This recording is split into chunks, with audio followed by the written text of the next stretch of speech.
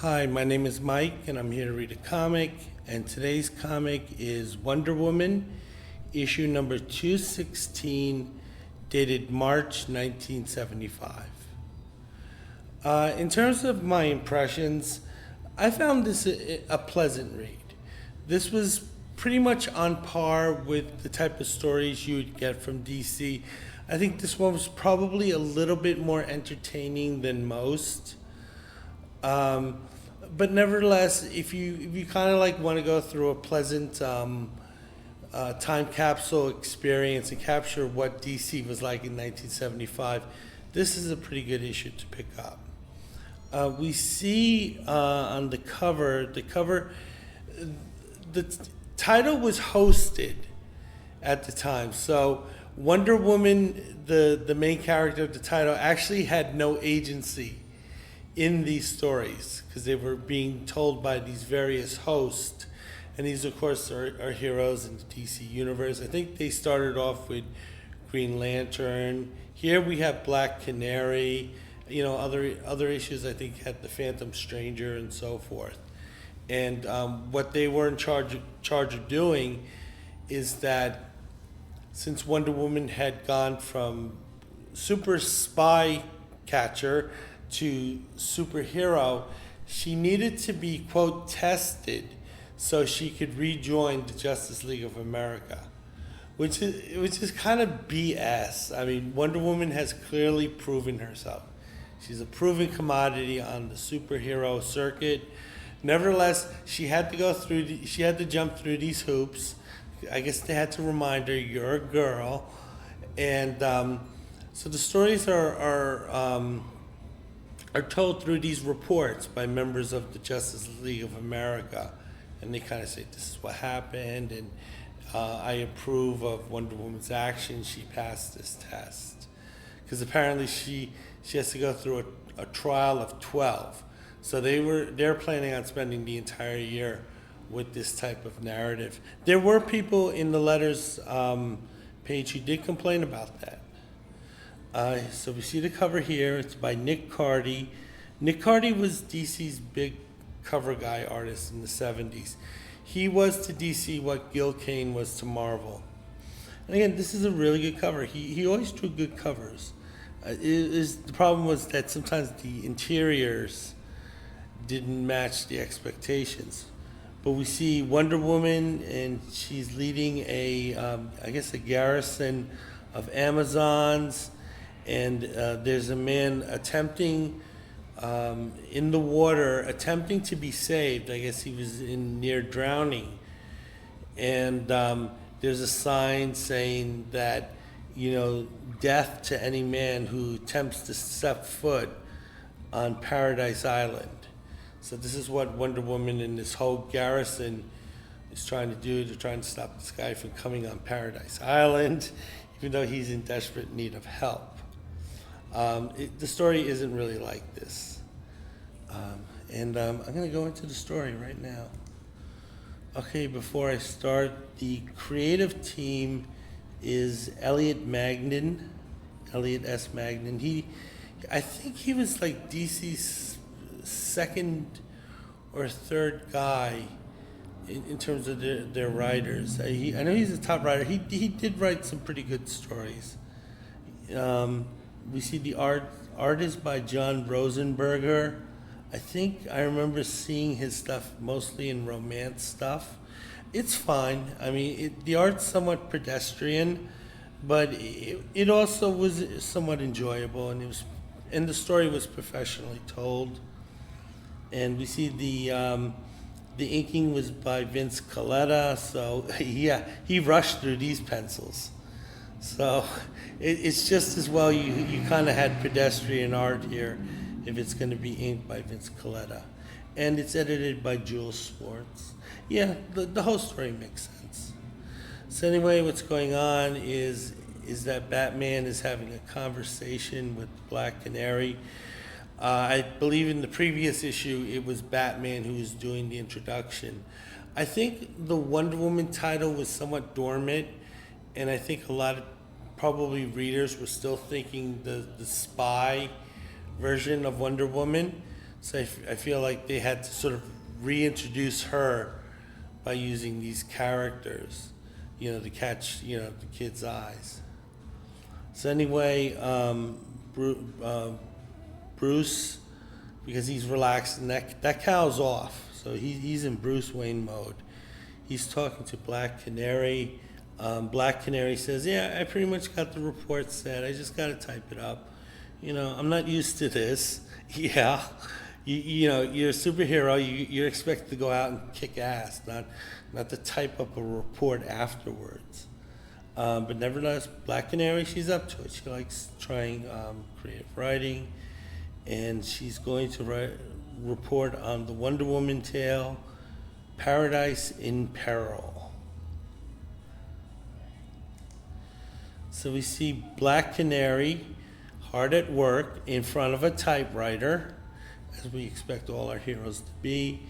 She's talking about a very wealthy man, and his name is Diogenes Diamandopoulos. And based on how this guy looks, based on the Greek ancestry, and based on the guy's economic base, because he's a huge shipping magnate, this was clearly based on a guy called Aristotle Onassis. Aristotle Onassis was this incredibly rich guy. He had more money than anyone at one time, but he wasn't really famous, and he wanted to be famous, and he married the widow of John F. Kennedy, Jackie Kennedy.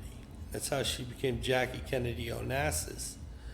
And that's what put him on the map. And when he married her, he suddenly got the worldwide fame that he'd been so longing for.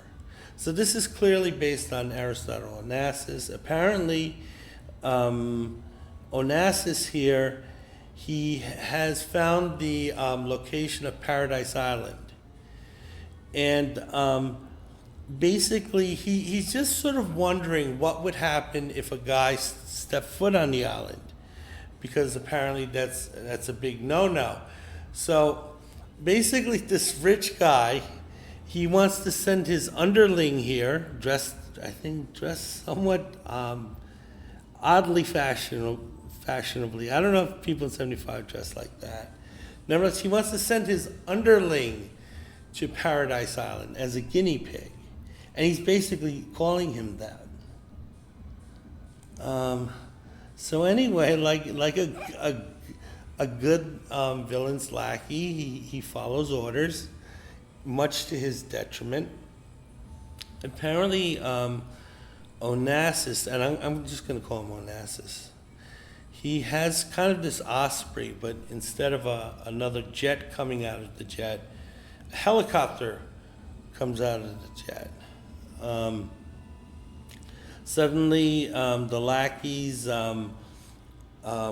helicopter is disintegrated. Although he's safe, the lackey's coming down. However, the Amazons are aware of this intrusion, and they set up kind of a force field net. So it's a net that's made out of force field power. And of course, obviously, this means that he won't be able to set foot on the island. He's above the island, but he's not actually on the island. He's caught in this force field. The Amazon queen just simply throws him back into the ocean. If this is an island that has not been found by anyone, it means it's pretty deep in the ocean, whichever ocean it's in. So, they basically tried to murk this guy. He's complaining that he probably won't get any payment for this trouble, though he is pretty confident that his boss will fetch him.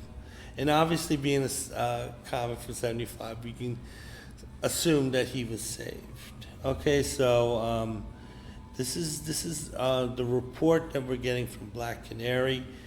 And as I mentioned, Wonder Woman has no agency in her own book. So the Black Canary is going to travel to New York because apparently that's where Wonder Woman is based. There was always some confusion with DC whether to use their analog names like Gotham and Metropolis or just use real names like New York, San Francisco, and so forth. I never got a sense there was like any type of, one rule. So anyway, we see Black Canary, she's motorcycling off to New York, no helmet. And before we go back to the story, take a look at a couple of ads here. One is for a doll called Steve Scout. And he's a doll that is a Boy Scout. And he has an African-American friend called Bob Scout. And in parentheses, it reads Steve's friend. They're trying to appeal to both markets, and it's by Kenner. I think probably the Boy Scout thing was off-putting to kids. And here we see another ad. It's for DC's Treasury editions. As I mentioned before, the comic book distributors wanted the comic companies to put out more expensive products, and this is one of the ideas they came up with. It didn't work, from what I understand, but nevertheless, people remember these things. Okay, so going back to the story, we see this Black Canary. She arrives in New York, and then she sees kind of a flying saucer taking away a piece of modern art. So ugly you could be a modern art masterpiece.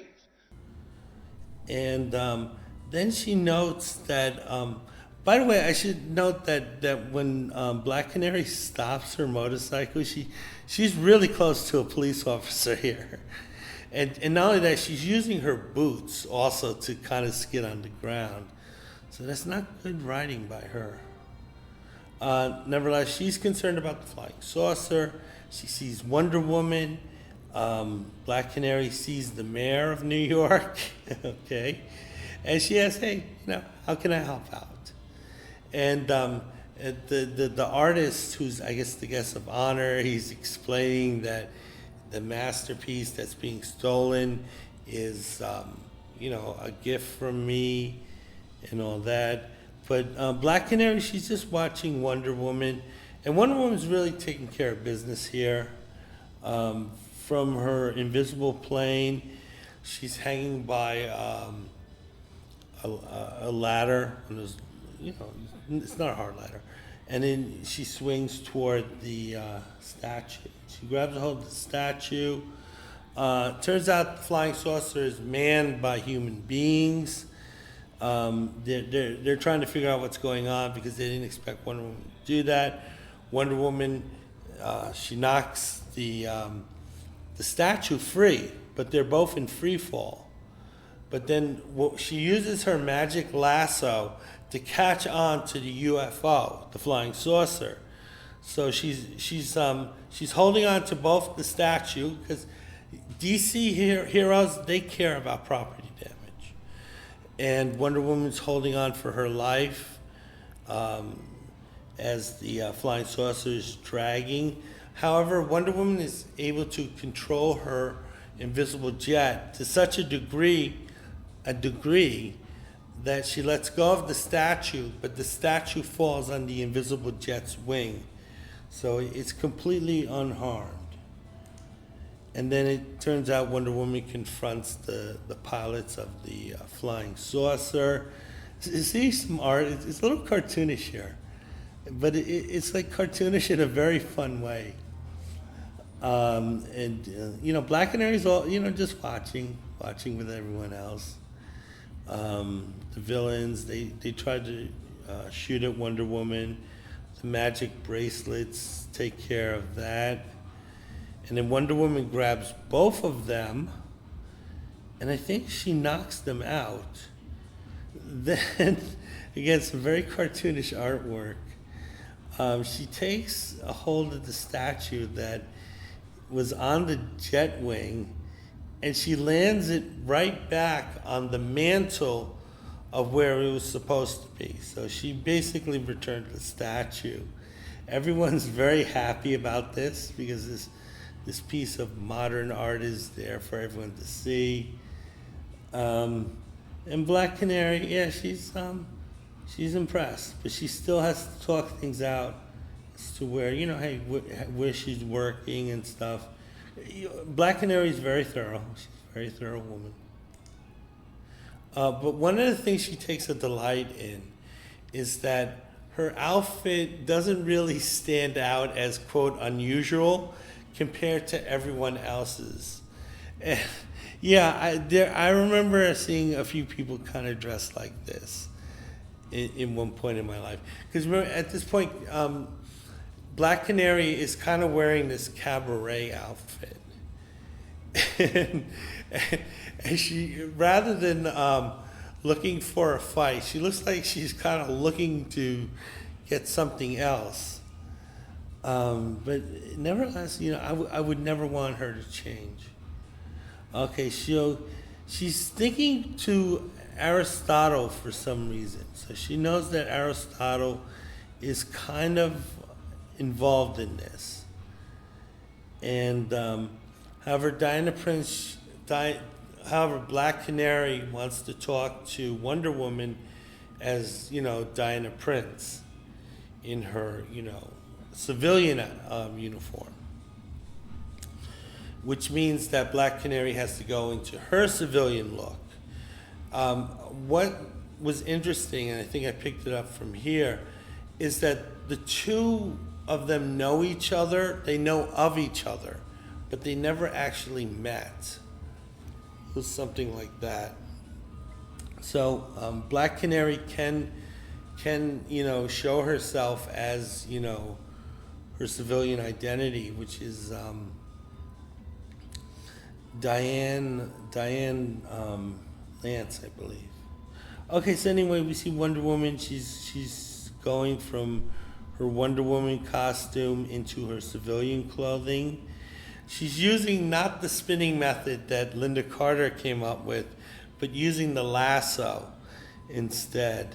Yeah, 1975 special effects would not be able to duplicate this.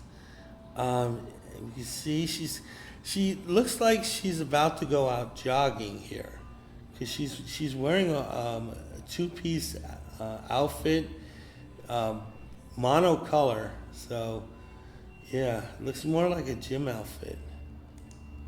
Okay, so some of the ads don't really interest me. I did get a kick out of this one where apparently you can make plates to have people's social security numbers.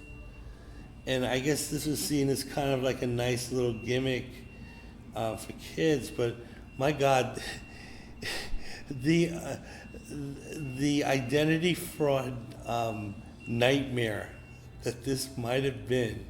Thankfully, the internet didn't exist back then, and not too many people had credit cards, but wow. Okay, so we go back to the story. We see that the Black Canary, again, she making a sudden stop and using her boots to help stop. She's looking for a place where she can park her motorcycle. So anyway, she drops off the motorcycle. The attendant there asks her a question like, do you always drive like a maniac? and she's very curt with him, saying, listen, get into the Justice League and you'll have to make it across town in minutes. And most of my friends can fly. So yeah, she kind of had like a little bit of an attitude with him. So anyway, she's the place where there's the parking garage. Apparently, it's attached to the building that that Wonder Woman or Diana Prince works in. Because apparently, the Black Canary, like, basically changes her clothing in the elevator. The wig, the outfit, everything. And mind you, she's wearing black nylons. So she took off those nylons just as much as the wig. And I've had women put on and put off their nylons in front of me. That did not look like something that was fun for them. So anyway, so we see Black Canary in her as who she is, which is Diane Lance. However, she's giving her name as Shelley Ames. Pledge allegiance to the flag of the United States. I'm Shelley. And she's saying, hey, she's a reporter, and she gets through at least the front door. And then she goes to Diane's office. Diane has her own secretary, and secretary lets her in. No big deal. She finally meets Diane. So the two are kind of sort of meeting for the first time. However, during this meeting, they're interrupted by a hologram of Onassis. So apparently, Aristotle Onassis had this device where he could project his hologram to whatever point in the world he wants. Diana Prince, she shoos out Diane Lance. Yeah, it's kind of confusing when the two protagonists have basically the same name. So anyway, Black Canary is out in the office. She was shooed out, and she's thinking about how she could distract the secretary, so she can. It turns out then she can go out the window and hang on the ledge and overhear what's being said in the office. And what's being said in the office is that the hologram of Onassis is introducing himself because he wants to be famous. And basically, he's saying that it's kind of a one-way communication, that he can project his image and his voice to this location, but he can't get any feedback back. So he doesn't know who he's looking at this point. So anyway, we have both our protagonists. They are being basically given the explanatory dialogue of the villain, explaining his plan. What Onassis wants to do is that he heard that it's forbidden for men to step foot on Paradise Island. So he wants to do it just to see what would happen. And he's thinking that maybe there'll be a flood, maybe the whole civilization will be destroyed, lightning bolts will come down, maybe the entire island would be swallowed up by the ocean. He's kind of speculating on all these violent, dangerous things. And he's like, yeah, I just want to figure out what would happen. So he wants to do all this just to satisfy his curiosity. Oh boy. Okay, before we go back to the story, take a look at one of these ads for the music clubs that were like a really big scam, unless you committed mail fraud. And we see some of the hits there. I see Terry Jack, Seasons in the Sun, the soundtrack to The Great Gatsby. Yeah, this is from 1974. Billy Preston, yeah. I would have enjoyed most of this music. So anyway, we go back to the story. It turns out that kind of a funny panel here is Diana Prince looking at the hologram in her office, and behind her is Diane Lance, the Black Canary, looking out from the window. So I do enjoy this panel here. the setup where Onassis is communicating and projecting his hologram, this looks a lot like Wonder Woman 1984. When the villain I forgot his name, Mr. Lord or something, was projecting, his thoughts to the whole world. So anyway, this is a lot like that movie here, and basically he's saying within the next 24 hours, I'm gonna step on Amazon, I'm gonna step on Paradise Island just to see what happens, and nothing more. However, the two heroes go into action. Black Canary is able to sort of float down or levitate down from this high flight using her sonic scream.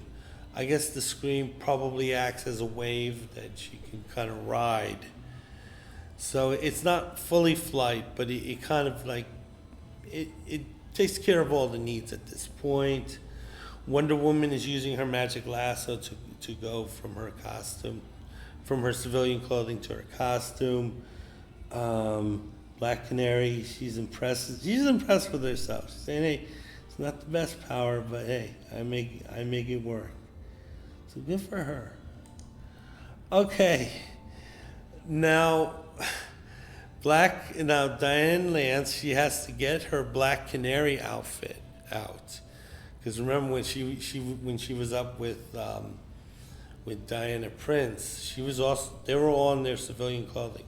So she has to change into her Black Canary outfit, which includes, again, those tight nylons and, putting on the wig.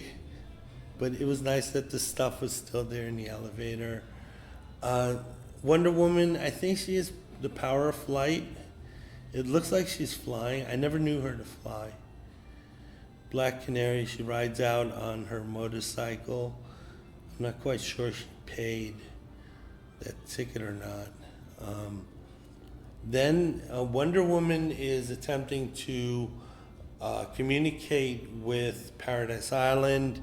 She's letting Mom know that, hey, there's some dirty old man who wants to step foot on the island, and you need to urgently take action. Batman shows up. Okay, he's looking at the planet Earth. I guess he's on the Justice League satellite, and he's telling Black Canary that, hey, the transporter's working, so just say, beam me up, Scotty, and I'll take care of you. So the Amazons, they go into action. Black Canary, she's taken by the teleport beam, and Wonder Woman is flying off in her invisible jet. So there's a lot of action going on. Black Canary is transported to Paradise Island. So apparently the Justice League have the coordinates. And because Black Canary, obviously a woman, her being there doesn't really affect the balance of things. And it was also nice that the motorcycle got transported too. So Black Canary, she drives off looking for help. The rest of the Citizen Sindri, they're on duty right now, so they were all called up to service. Black Canary tries to enter an administration building, I guess, and she's trapped by a steel door, and then she's sort of basically given a scan, and the door opened. So the scan that it was checking for in Black Canary, it came up with a pass. So it opened the door, and it allowed Black Canary to sort of go into this monitoring room. So I guess there's kind of like a place for the watchtowers or the watch guards, and this is it.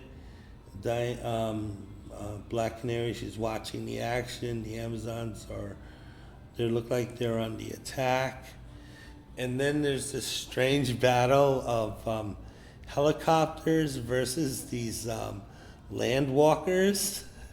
Again, some kind of cartoony artwork. I still enjoy it though. It's well inked. but it is very pedestrian and a little old-fashioned. We see there's a huge attack. I honestly don't know what this is for. However, Wonder Woman, she arrives at Paradise Island. She's able to join into the fray. And she's sort of taking out these land walkers. And Black Canary, who is on Paradise Island, she notes how well Wonder Woman reacted. There's a bunch of men who are about to storm the island. However, they're stopped by some Amazonians. However, the men are armed here, where the women, they just have swords. Black Canary is looking at the action on the monitoring screen, very concerned. And it turns out the Amazonians are able to stop the men before they actually touch the island. So they're being knocked out. Then they notice that there's only one Amazonian left, and it's the leader. The men are kind of confused here because, and honestly, I'm a little confused here because it turns out that this was kind of a mirage or a hologram done by the Amazonians. And so basically these men were thwarted from going on Paradise Island because they weren't on Paradise Island, but they thought they were because of the holograms. So that's confusing as hell. But nevertheless, I'm still with this story. Black Canary, she's visited by, I think, Wonder Woman's mom, who's like a real MILF. And she's explaining to Black Canary why they can't have men on Paradise Island. And apparently it's to maintain feminine harmony. Because apparently if a man steps foot on Paradise Island, all the other women will just go batshit crazy in love with this guy. And they'll end up killing each other. So the thing is that they'll just all the Amazonians would destroy themselves if even one man stepped foot on the island, because everyone would just instantly fall in love with him. That is weak. That is weak. However, it turns out that whole battle that they were going through, that was just a rouge. So Aristotle could land on another part of the Paradise Island unobstructedly. So then he lands and he thinks he's on Paradise Island, and he's noticing, hey, nothing's happening. What's going on? And he's grabbed from behind, and it's Wonder Woman. Wonder Woman tells him that this isn't Paradise Island. He says, listen, I fooled you guys. And then Aristotle gives up his reasons, and Aristotle says that he loved Wonder Woman from afar, and that he needed to impress her. So he was going to be the first man to step foot on Paradise Island, destroying this woman's culture and civilization, just as, hey, I really, really love you. I really like you. He's on the ground crumbling. I guess there were a lot of people angry. I remember a lot of people were angry when the real life Aristotle married JFK. So, because they're really kind of showing him as kind of a weak guy. Wonder Woman is just giving him a tongue lashing, saying, love? Did you say anything about love? This is not love. And basically, yeah, she calls him out, saying that it was just your ego you were in love with. You didn't love me, you loved your ego. And at this point, she just takes him away. I don't know what type of crimes he broke. So, anyway, we see Black Canary, because once again, Wonder Woman, no agency in her own title. Black Canary, she's finishing up typing this report. She's like, getting the papers ready. She's checking everything. Except there's one page she's going to keep out. And she's going to keep out the secret as to why men aren't allowed on Paradise Island, just in case some other rich guy gets some bad ideas. So anyway, this is sort of, I guess, Black Canary's way of kind of doing something for the sisterhood. So then she's off to mail a report. It's a positive report. She just wants, hey, I want to see Wonder Woman. I want to see Wonder Woman at some of these meetings. Okay, so that's the end of the story. We can take a look at the letters page. There are actually some pretty well-written letters here. One of them was by a future comic book writer, Mary Jo Duffy.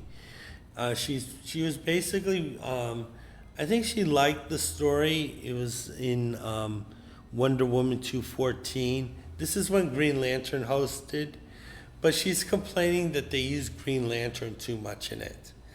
And she's also complaining that Green Lantern was kind of written as a chauvinist, and she doesn't know where this came from. And I was like, hello, Hal Jordan? I mean, Hal Jordan was always written as basically kind of racist and kind of sexist. So I was a little surprised that she was surprised by that. The second letter is, again, kind of a positive one. And, nothing stood out. It's a positive one.